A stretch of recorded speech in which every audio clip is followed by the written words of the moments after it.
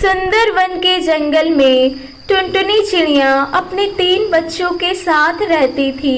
कुछ ही दिन पहले उसके पति कड़कनाथ का देहांत हो चुका था, जिसके कारण उसके घर की स्थिति बहुत खराब हो गई थी और घर पे खाने के लिए भी कुछ भी नहीं बचा था।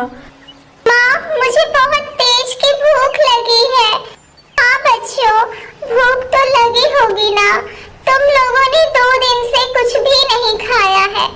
मैं अभी कुछ खाने का इंतजाम करती हूँ और सबके लिए खाने लाती हूँ। यह कह के टुनटुनी चिड़िया दाना लाने के लिए घर से निकल जाती है, लेकिन उसके पास पैसे नहीं होते हैं। कड़कनाथ के जाने के बाद घर में कमाने वाला कोई नहीं था।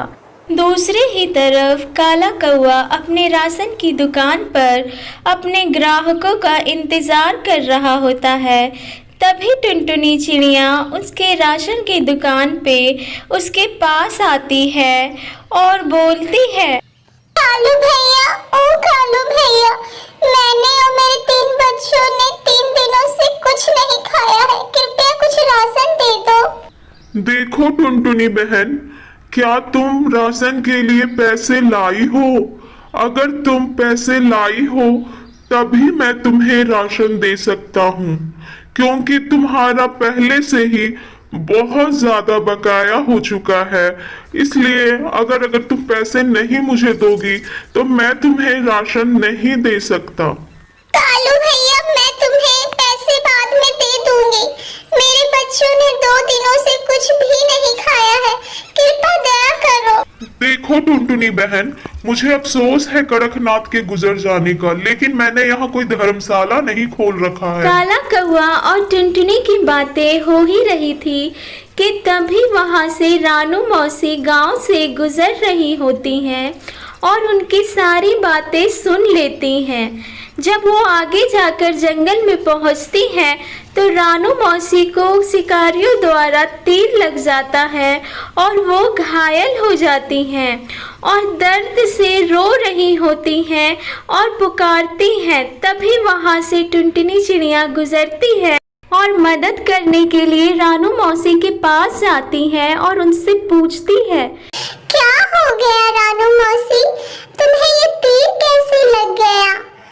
देखो ना टुनटुनी बहन, मैं यहाँ गांव से गुजर रही थी जंगल से और मुझे ये तीर लग गया।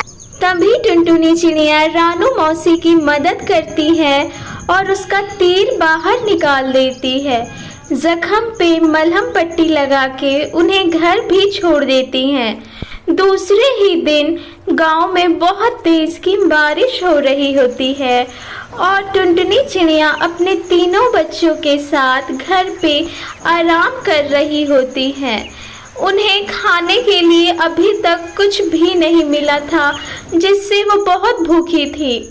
तभी रानू मौसी टुनटुनी चिड़िया के घर के लिए निकलती हैं और उनके घर पे जाती हैं और आवाज़ देती हैं, ओ टुनटुनी बहन, टुनटुनी बहन, क्या घर पे हो? जल्दी से बाहर निकलो। बहुत बारिश हो रही है। बारिश में तुम आई हो? बारिश बहुत तेज हो रही है, जल्दी से घर के अंदर चलो। टुनटुनी बहन, मैं तुम्हारे लिए कुछ पैसे और अनाज की बोरी लेकर आई हूँ। मैं तुम्हारा बहुत बहुत शुक्रिया अदा करती हूँ। तुमने मेरी जान बचाई। जब मैं गांव से गुजर रही थी तो मैंने तुम्हारी और कालू कौवा की सारी बातें सुन ली थी। तुम्हारा बहुत बहुत शुक्रिया रानू मौसी, मैं तुम्हारा एहसान कभी नहीं भूलूंगी।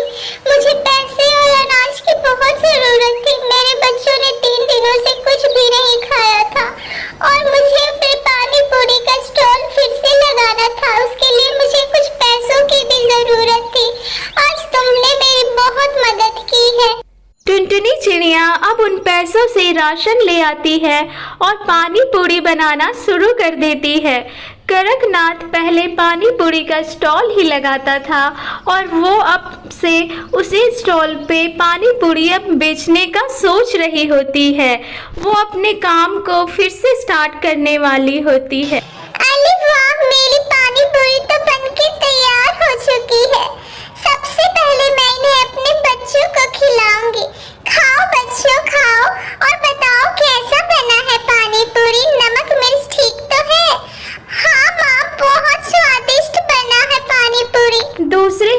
टुनटुनी चिड़िया अपनी पानी पूरी की स्टॉल गांव में लगा लेती है। अरे पानी पूरी ले लो, पानी पूरी, खट्टी मीठी पानी पूरी, स्वादिष्ट पानी पूरी है टुनटुनी चिड़िया की पानी पूरी। तभी वहां से चीची चिड़िया पानी पूरी लेती है। अरे टुनटुनी बहन, मुझे भी एक प्लेट पानी पूरी देना। हाँ, देती हूँ।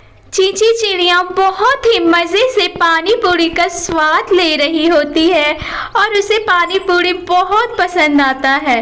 तभी गांव के कुछ और भी पंछी वहां आते हैं और पानी पूरी खाने के लिए मांगते हैं। अरे टुनटुनी बहन, मुझे भी पानी पूरी देना। हाँ, मुझे भी पानी पूरी देना।